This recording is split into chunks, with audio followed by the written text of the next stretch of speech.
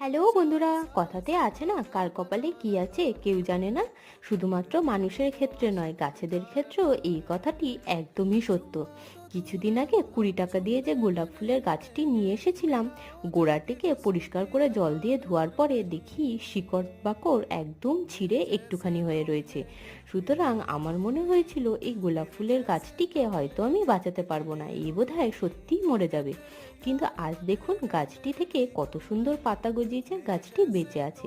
অথচ এই যে সিলোসিয়া ফুলের গাছটি দেখে মনে হয়েছিল কত সুন্দর ফুল ফুটবে, এ কিন্তু একদমই শুকিয়ে মরে গেছে।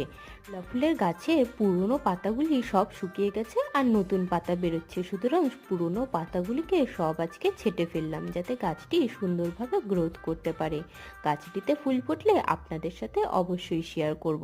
আর আজ ওই একই দোকান থেকে এই দুটো ফুলের চারা নিয়ে এসে বসিয়েছি। এটা হলো ভারবেনা আর